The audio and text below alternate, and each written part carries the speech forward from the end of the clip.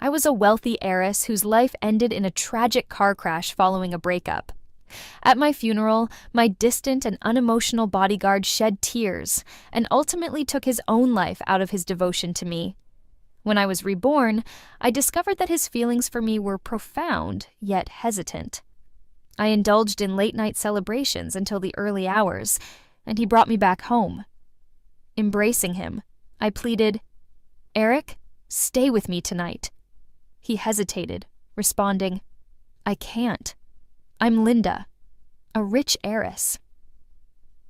Love was a pain I had never truly felt until I stumbled deeply before my wedding.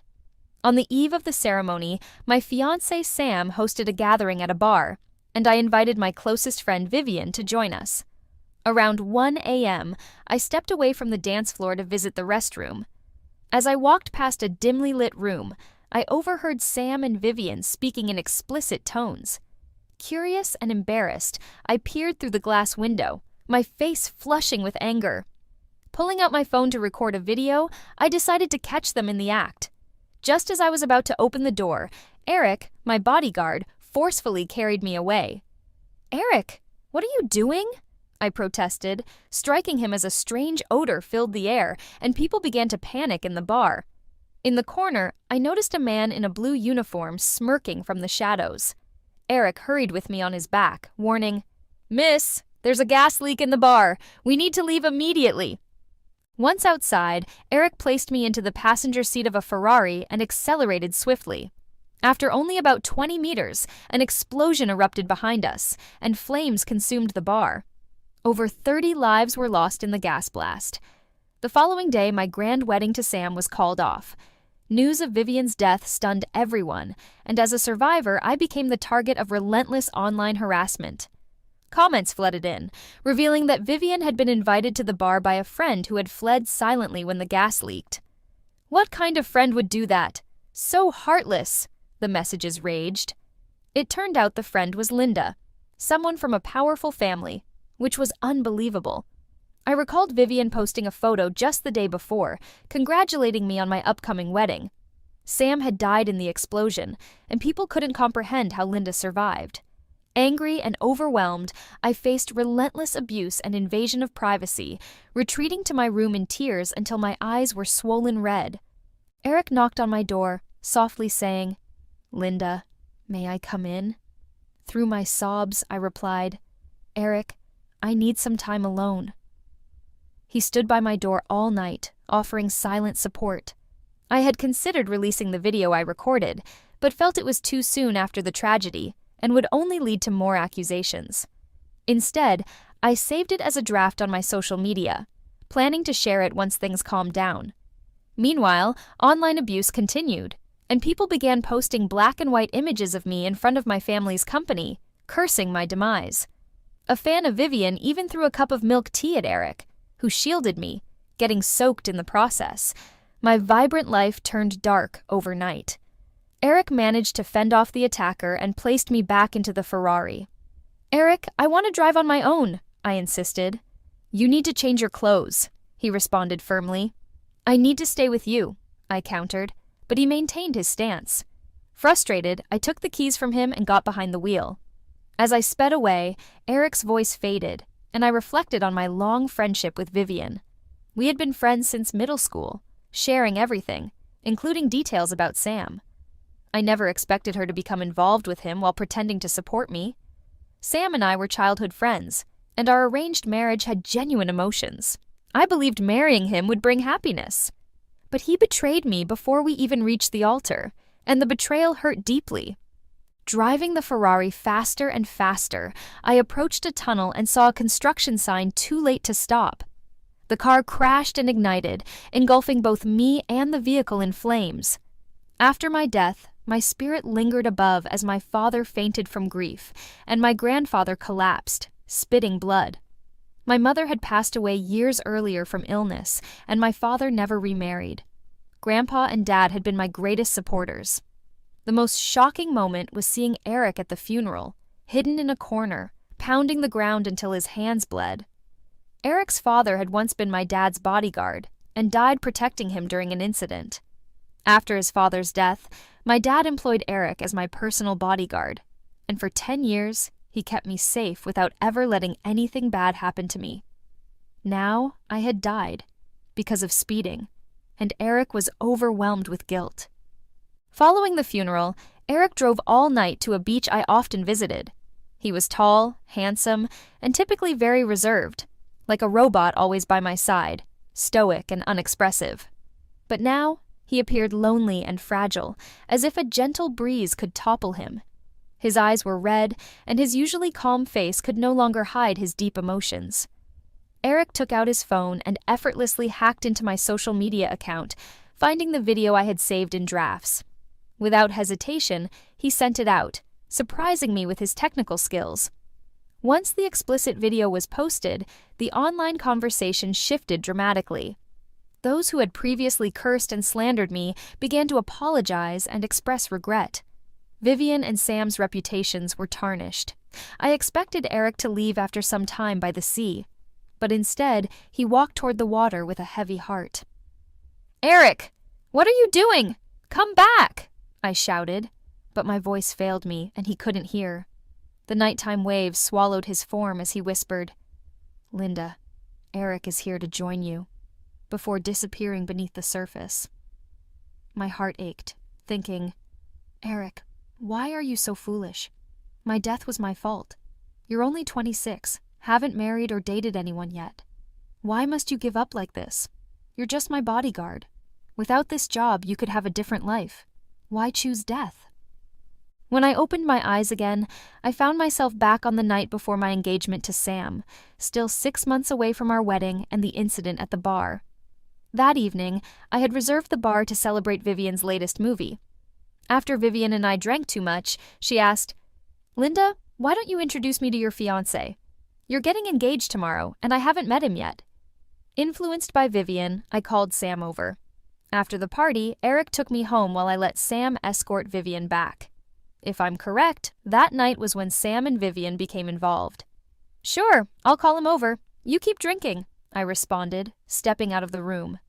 Leaning against the hallway wall, I took out my phone to make a call and lit a cigarette. After one puff, Eric approached. "Linda, smoke less," he advised. In our past lives, whenever Eric told me to cut back on smoking or drinking, I found it irritating. But after experiencing death once, my perspective had changed. I took another puff and handed the cigarette to him with a small smile. "Help me finish this," I said. "Linda, you know I don't smoke," Eric replied, taking the cigarette without actually lighting it. He never partook in cigarettes or alcohol and didn't engage in other typical male pastimes. "You don't smoke, so I'll have to finish it myself," I insisted, trying to take the cigarette back. Instead, he held my hand and took a deep drag, his face remaining stern while the tips of his ears turned red. Was he thinking about how I had taken 2 puffs earlier? I chuckled as I watched him awkwardly finish it. "I'm going back to drink more," I declared, returning to the private room to continue celebrating with Vivian and our friends. Vivian, increasingly intoxicated, kept asking, "Linda, why hasn't your boyfriend come to pick you up yet? He should be here soon." Seeing that I was already drunk, Eric approached and lifted me onto his shoulder, leaving the bar. "Linda, no more drinking. I'm taking you home," he insisted. This was Eric's routine.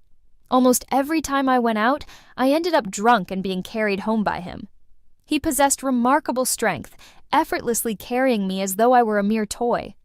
Gently placing me inside his Ferrari, he accelerated away from my villa. Eric transitioned to a more delicate Princess Carrie, carefully setting me down on my bed. "Linda, would you like to take a bath? I can run the water for you," he offered. I took his hand and drew him into a tender embrace, whispering softly in his ear, "Eric, stay with me tonight."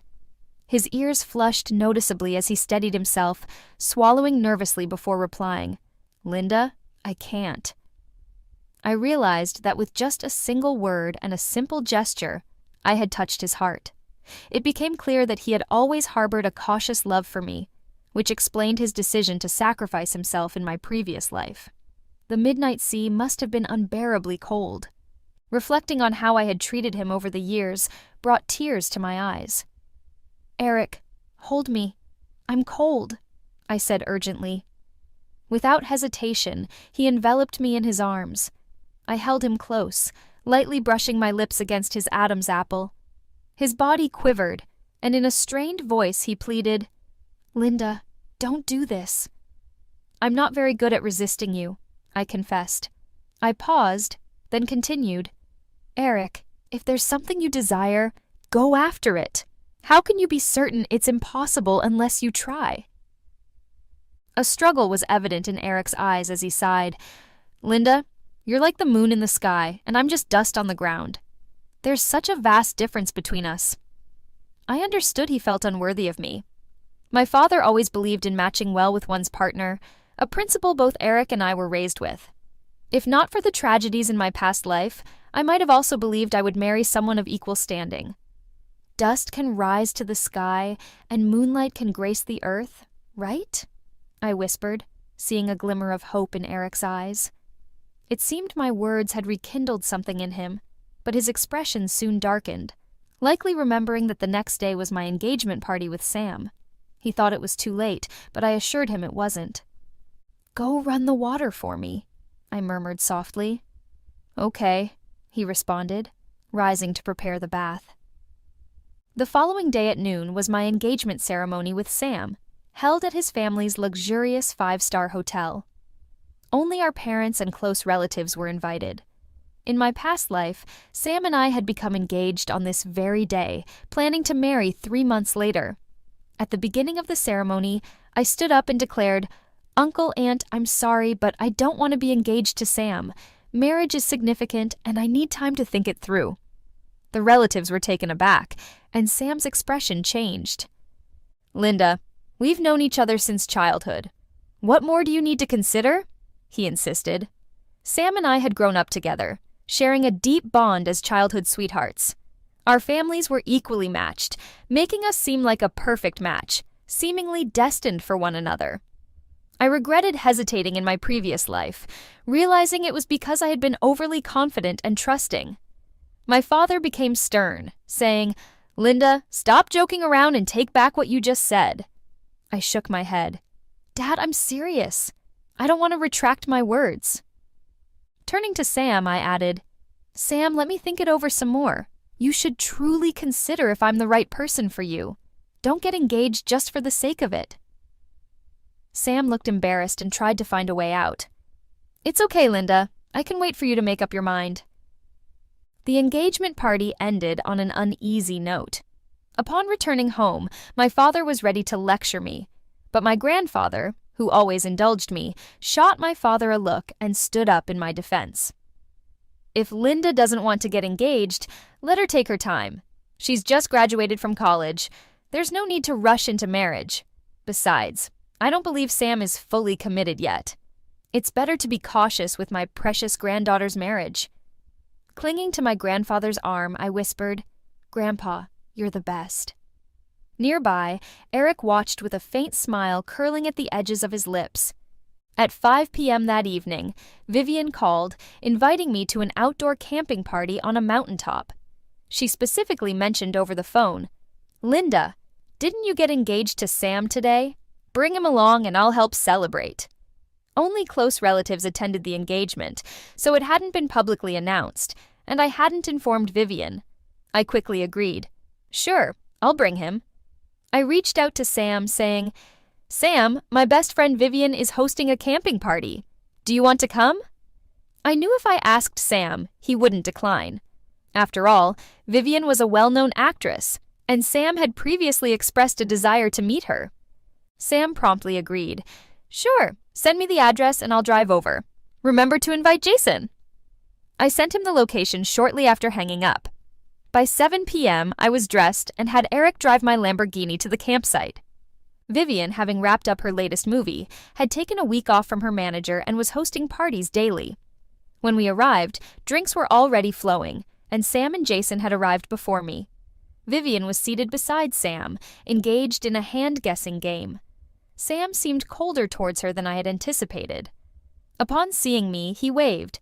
"Linda, come sit." I approached, but Vivian took my hand and guided me to sit next to her.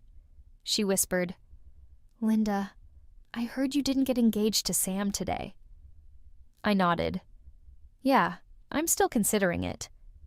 Sam is the president of an S corporation, and you're still contemplating. Sam is so remarkable. If you don't seize him soon, someone else might. Vivian half joked. Men can't resist temptation. You better hurry up. I simply smiled, changing the subject. Enough of that. Let's have a drink. Eric was grilling nearby and handed me some food. After a few drinks, Vivian was tipsy. Noticing how attentive Eric was being, she teased, Honestly, Eric is tall, handsome, and talented. It's a shame to have him as a bodyguard. With his looks, he could easily become a star in the entertainment industry. Vivian often praised Eric in my presence before, but I never took it seriously. However, saying this in front of Sam made his demeanor shift instantly, and he gave Eric a strange look. In my past life, Sam and Eric never got along. Sam had lost interest in drinking and took a chicken leg from Eric's grill. Let me handle this, Sam said, but Vivian was annoyed and responded sarcastically, Sam, you're so thoughtful. By the way, thanks for sending me home last night. Her words trailed off, leaving us uncertain of the rest. Sam frowned. Vivian, this is our first meeting today. I didn't take you home last night. Sam, you're so funny. Last night, Linda called you to the bar, and you sent me home and stayed a while. I couldn't listen any longer. In my past life, I had a best friend filter for Vivian, but once it broke, everything she said sounded harsh. Sam's face darkened as he looked at me. Linda, I didn't receive a call from you last night. Is Vivian mistaken? Vivian appeared pale and angrily asked, Linda, didn't you call Sam last night? I nodded. I was drunk. I accidentally called Jason instead. Vivian's face turned white as she looked towards Jason, who was grilling nearby. She was nearly overwhelmed with anger and pulled Jason aside. Sam leaned over and asked me, Why did you call Jason last night instead of me? I responded, What are you interested in, Vivian? Sam tried to smooth things over. I just want to drive her home. That's not what I meant. He softened his jealousy and spoke gently. I just hope you think of me first when something happens. As for Vivian, she's your best friend. How could I possibly be interested in her? I wanted to roll my eyes. If I had called him last night and had him drive Vivian home, she could have easily seduced him. She's so adept at that. It was evident in my past life. In the distance, Vivian and Jason were arguing, and friends moved to break them up. I casually continued eating my barbecue. Suddenly, Jason approached angrily and connected his phone to the outdoor projector. Everyone's attention shifted immediately as a video played, showing Vivian seducing Jason in a secret recording from last night. In the footage, Vivian mistook Jason for Sam and, with drunken eyes, said, Sam, every time Linda gets drunk, Eric always takes her home. Aren't you afraid they'll do something foolish after drinking? Linda secretly loves guys with abs. She told me her bodyguard has great abs, really good to look at and touch. Sam, you're getting engaged to Linda tomorrow. Don't you want to indulge just once? Linda betrayed you. Isn't it too much for you to sleep with her best friend? The video left the group stunned, and the atmosphere grew tense as the implications of Vivian's actions became clear. I was taken aback when Vivian privately accused me of things I hadn't expected. In an attempt to halt the video, Vivian hurriedly approached, but Jason prevented her from intervening by pressing the fast-forward button. What followed was extremely inappropriate footage. In a fit of frustration, Vivian destroyed the projector, stopping the video, though the audio continued to play. Hearing Vivian call out for Sam sent chills through the audience as Sam's expression darkened progressively. He grabbed my hand and declared, Linda, your friend lacks integrity. You should cut ties with her. I recoiled from Sam's grip and glanced over at Vivian, who was crying by the side. I then confronted Sam, asking, Sam, if you had driven Vivian home last night, could you have remained faithful?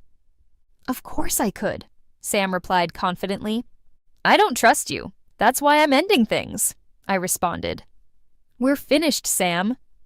Turning to Eric, I said, Let's go home. And the camping party ended on a somber note. As I approached the Lamborghini, Vivian blocked my path, staring at me with hatred. Linda, did you intentionally bring Jason here to sabotage me? I've considered you my best friend all these years, and now you've destroyed my reputation and left me with evidence in Jason's possession. How could you be so cruel? With everything out in the open, there was no reason to hide anything. Who actually ruined your reputation? The video clearly shows who made the first move. Either you or Jason. You call me heartless? Look at the ridiculous things you said last night. You knew Sam was going to propose to me, yet you still pursued him. Don't tarnish the meaning of friendship, Vivian retorted. After she finished speaking, I instructed Derek to drive. The car sped down the winding mountain roads with Sam's vehicle trailing closely behind. When Sam called, I ignored him, telling Eric to lose him once we reached the main road. Eric agreed, and after descending the mountain, he swiftly left Sam in the dust and headed towards our usual beach spot. Once we arrived, Eric got out of the car and walked along the chilly beach. He removed his jacket and draped it over me, the scent of his cologne, a cool, woody aroma with hints of cedar, enveloping me. I had bought him this cologne 2 years earlier at an international airport, and he used it sparingly, perhaps not wanting to exhaust it too quickly. Standing by the shore, I turned to Eric and asked, "What drives someone to take their own life?" He was momentarily startled before responding. Probably when they're utterly heartbroken and feel disconnected from the world. Linda, why are you bringing this up all of a sudden? I realized that in a previous life, Eric had also felt no attachment to the world after my death. Gently placing my hand in his, I stepped forward and embraced his waist, speaking earnestly. "Eric, will you be my boyfriend?" Eric was visibly flattered, his ears reddening as he looked into my eyes. "Linda, are you intoxicated?" I lifted my chin to meet his striking face. "I'm not drunk. Am I not allowed to have feelings for you?" Drawing me closer, Eric whispered, "You've seemed different these past couple of days. Did something happen?" "Yes, something significant, but I couldn't explain it to you. I've been reborn. I just realized how much you mean to me, and I want to be good to you too." I concluded with a quick kiss on his lips. "Eric, if you have feelings for me, just respond," I urged. His hands tightened around me, pulling me nearer. His initial kiss was light, but I reciprocated, which he took as a huge encouragement. As our embrace deepened, the sea breeze intensified, and he wrapped his strong arms around me to shield us from the cold. Unbeknownst to us, Sam had discovered our location and was discreetly recording our kiss. On our way back, Eric placed me in the passenger seat, carefully buckling my seatbelt. He leaned over, kissed my forehead, and said, "Linda, my princess, I will love you with my life from now on." The following day, my father summoned me to his study, where he angrily threw a stack of photos onto the desk. "Linda, what's going on between you and Eric?" I picked up the pictures.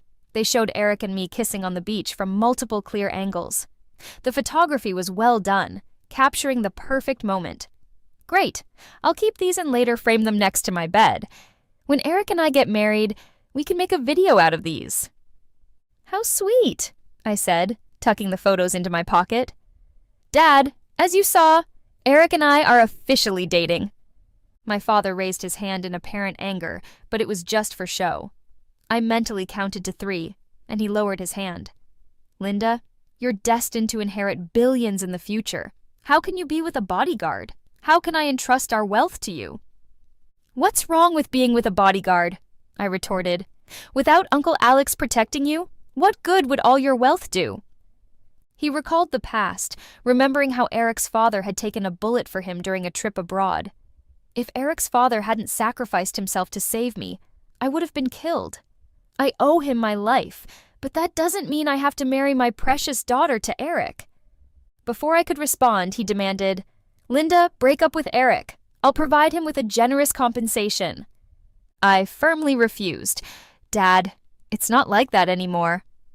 He insisted, "I disagree. What are you trying to do, give me a heart attack?" "Linda, you and Sam are perfect for each other. Think it over." "If you don't, I'm cutting off your credit card," he threatened. "Fine, cut it off. It's no big deal. I have my own savings," I replied. The conversation ended on a sour note. Seeing that his threats weren't working, my father called Eric into his study. I pressed my ear against the door to listen. "Eric, your father saved my life, and I owe him. But I only have one precious daughter, Linda.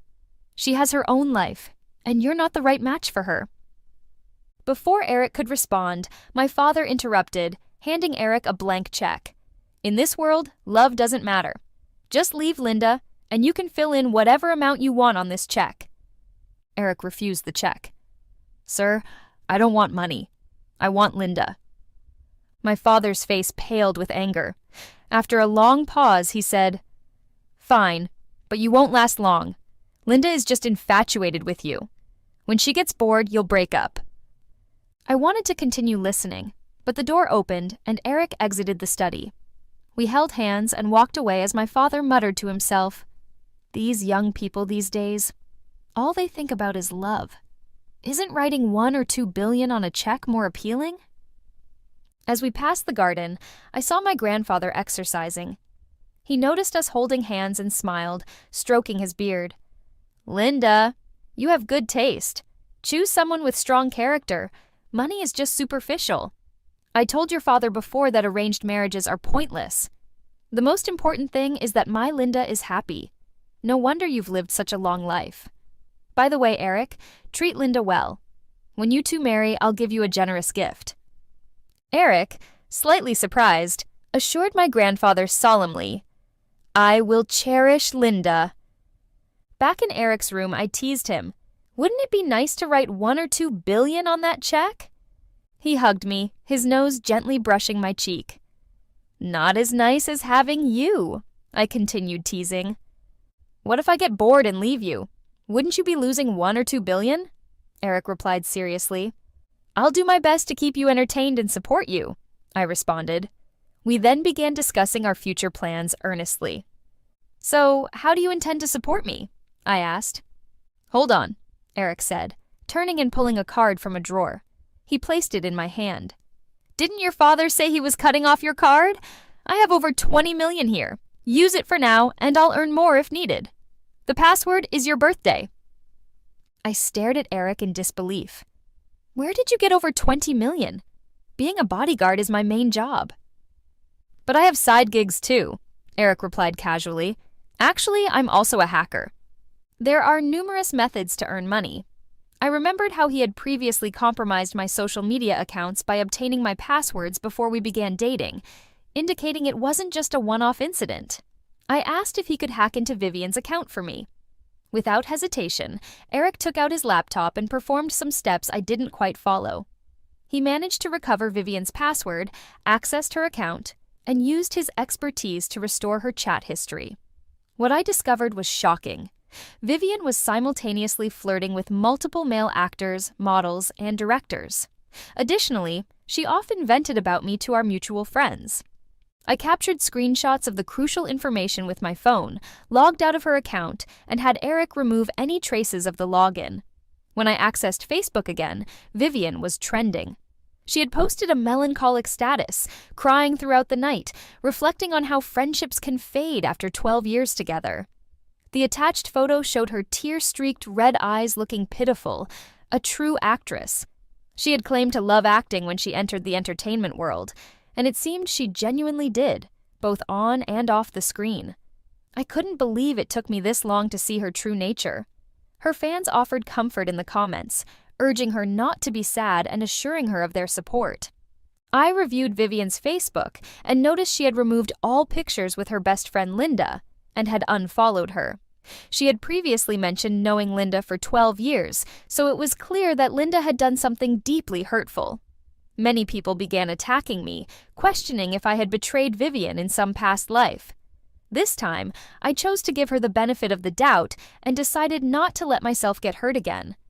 Eric and I were perfectly in sync. He understood exactly what I needed. He hacked into Vivian's Facebook and asked what I wanted to post. I responded that I intended to contact Jason to obtain the video he recorded that night. But Eric stopped me, saying he already had the video from the previous evening. When Jason's phone was connected to the projector on the mountain, I was genuinely impressed. Eric altered the video by making the screen go black and only kept the audio. He edited out the key parts and uploaded it from Vivian's account. Once the recording was released, Vivian's image of innocence was destroyed. Internet users realized the truth and began to criticize her heavily, accusing her of wanting her best friend's fiancé and labeling her as deceitful. After scanning the comments for a while, my phone rang. It was Vivian. Her voice was trembling with anger as she said, "Linda, did you arrange for someone to hack my account? Do you realize that posting that recording could ruin my career?" I replied, "Vivian, don't make unfounded accusations. If I had hacked your account, I would have posted the video, not just the audio. It's a game of words. Technically, it wasn't me who hacked it. It was my boyfriend. No big deal." There was silence on the other end, and I could almost hear her agent whispering suggestions on what to say to me. Vivian restrained her anger and reluctantly said, "Linda, I want to make peace. Help me clear up that I didn't try to seduce Sam. I was just drunk and speaking nonsense. You believe me, don't you? Aren't we best friends?" I remained unusually calm and responded, "Vivian, our friendship is beyond repair. I won't help you. You're on your own." Her temper flared once more, but her agent quickly intervened. She changed her tone, saying, "Linda, ruining me won't benefit you in any way. You don't have to help clear my name, but please don't abandon me when I'm down. Your family is powerful, and I'm just a minor celebrity. I can't fight you. Please let me go." Now she was frightened of me, which was unexpected since I had been non-committal before. "Just control yourself and stop causing trouble. I don't have time for games with you. I'll play hardball if you continue to mess around. Once was enough for me." Vivian's situation deteriorated quickly. Bran and other endorsers issued statements ending their deals with her.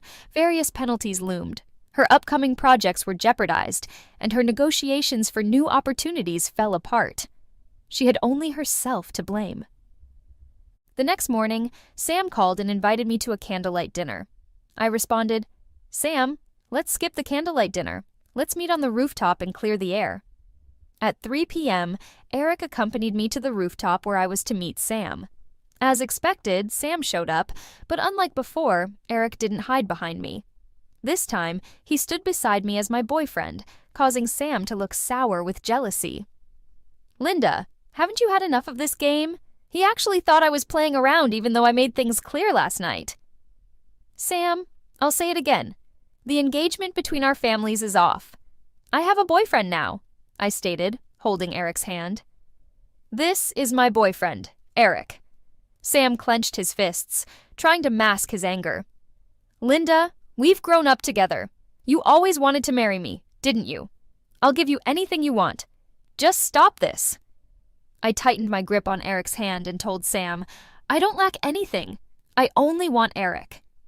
Sam stared intensely at our joined hands and shouted, "So Vivian was right. You've been with your bodyguard all along. I was the fool waiting to marry you and make you the happiest wife in the world." Eric stood up and grabbed Sam by the collar. Standing 8 centimeters taller, he exuded an intimidating presence. "Sam, Linda and I officially confirmed our relationship the night before yesterday by the sea. You keep saying you want to marry her, but you've been seeing other girls. How dare you talk about making her the happiest wife in the world?" Sam had never been treated like this. He swung his fist to strike Eric, but Eric easily caught his wrist and subdued him. Sam's 2 bodyguards rushed over, and Sam shouted, "Teach him a lesson." "Yes, sir," they responded, cracking their knuckles, ready to attack Eric. However, Eric threw Sam aside and faced the bodyguards. Despite their skills, they were no match for Eric, who effortlessly defeated them.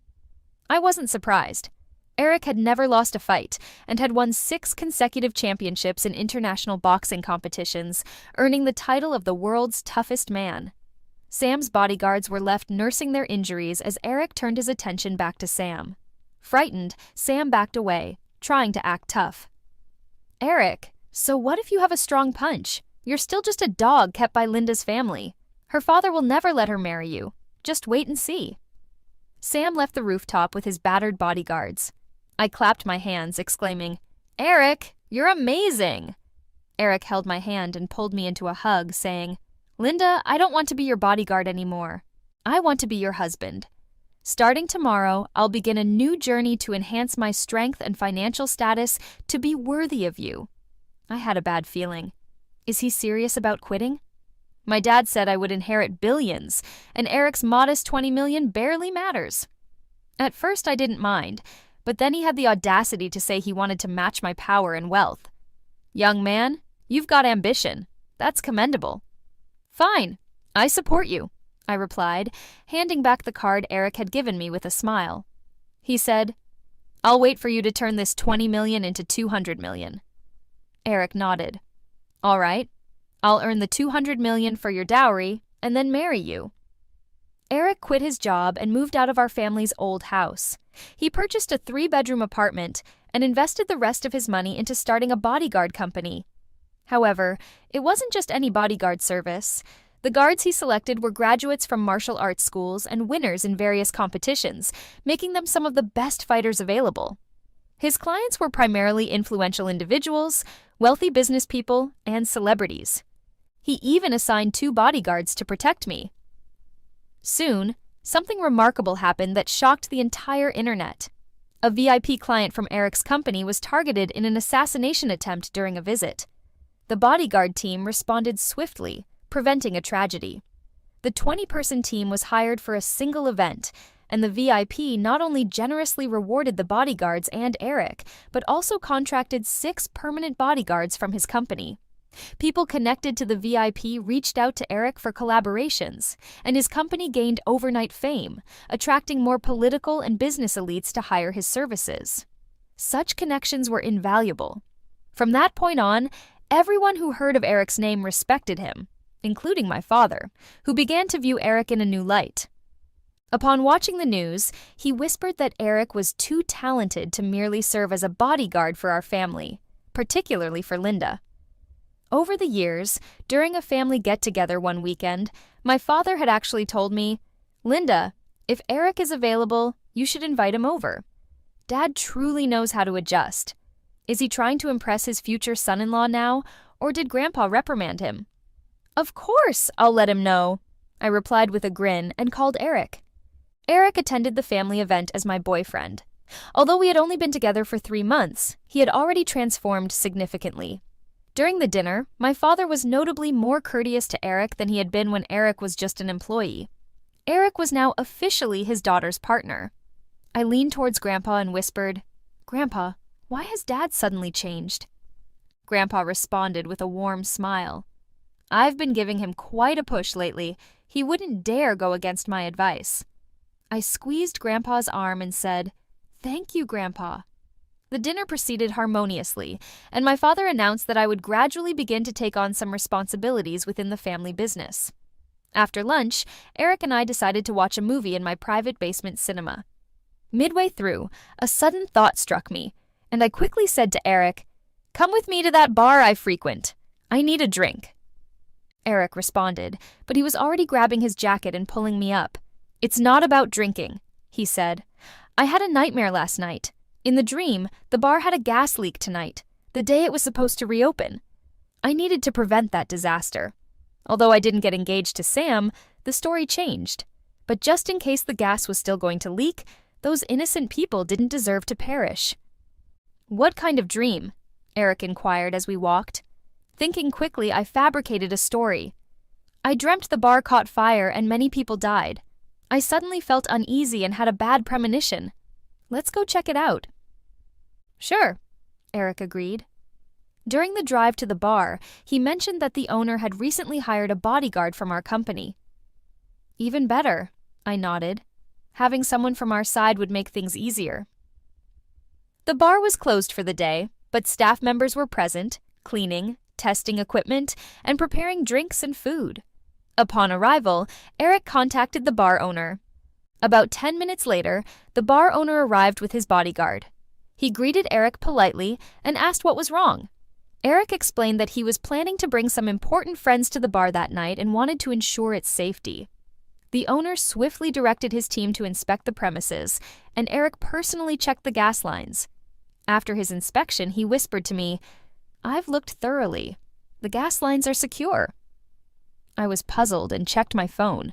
The date matched the day the bar had an accident in my past life. What's happening?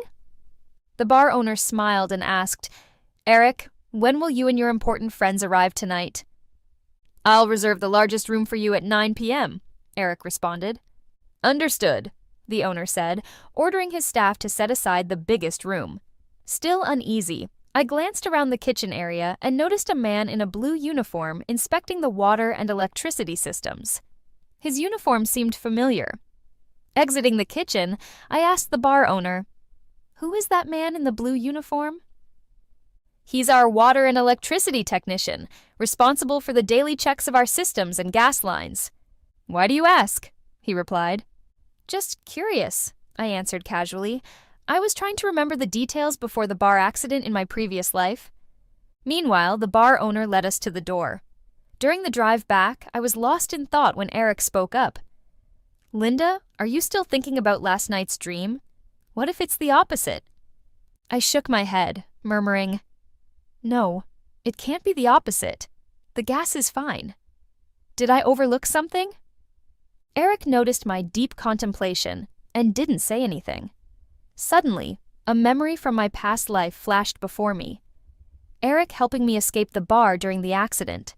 From the corner of my eye, I saw a man in a blue uniform lurking in the shadows with a menacing smile. A bold thought crossed my mind. If the gas lines were initially secure, perhaps they were tampered with. The technician in blue seemed troubled. If he faced hardships and had antisocial tendencies, he might have sabotaged the gas lines. Anxiously, I told Eric, that electrician just now seems suspicious. Have someone keep an eye on him and look into his background. See if he's had any significant changes recently. Got it, Eric responded. He called the bar owner's bodyguard, instructing him to monitor the electrician. He also arranged for 2 more people to take over the shift and asked the bodyguard to investigate the electrician's background and current situation. Half an hour later, the bodyguard called Eric back. The electrician's name is Leo. His wife left him for another man half a month ago. He lost a lot of money gambling, and debt collectors have been chasing him, the bodyguard reported. Eric put the call on speaker, and I immediately recognized the truth from my past life. It was Leo, the electrician, who had caused the bar accident and died in it. Overwhelmed by his own problems, he had dragged innocent people into the tragedy. Can we detain him now? I asked Eric. Sensing my worry, Eric analyzed the situation. Catching him without evidence might alert him. If he seeks revenge on society, he might try again even if we stop him now. My team is monitoring him, and if he makes any suspicious moves, they'll apprehend him. Don't worry. I nodded. Keep a close watch. We'll act tonight at 9 p.m. That evening, Eric and I went to the bar. He brought a bodyguard to pose as an important friend. We waited in a private room for the right moment. Around 11 p.m., during the bar's peak hours, Leo was in the kitchen corner with a knife, preparing to cut the gas line. The observing bodyguards rushed in, seized the knife from him, and pinned him down, causing chaos in the kitchen. Leo had another knife hidden in his waistband, freed himself, and took a dishwashing lady hostage. Eric and I began evacuating the patrons as Leo, holding the woman, moved toward the corridor.